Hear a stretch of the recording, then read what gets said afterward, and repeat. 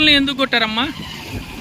మీ హోటల్ని ఎందుకు కొట్టారు? మీరు చూస్తుంటే వాళ్ళు వచ్చి కర్రలు తీసుకొని పోతారు. ఎవరు కొట్టారు మిమ్మల్ని? వైసీపీ వాళ్ళు. నీకు తెలుసా వాళ్ళు?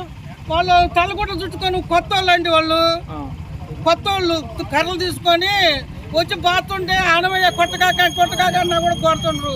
అంటే మీరేమన్నా వేరే పార్టీలు ఏమైనా తిరుగుతారా? అబ్బాయి ఏం లేదు, అసలు నాకు ఆ పార్టీ సంగతి తెలియదండి. అసలు నాకు దుర్వేద లేదు. వాటిలో పెట్టుకొని ఇంట్లోనే ఉంటుంటా. అసలు ముచ్చటే మాట్లాడు.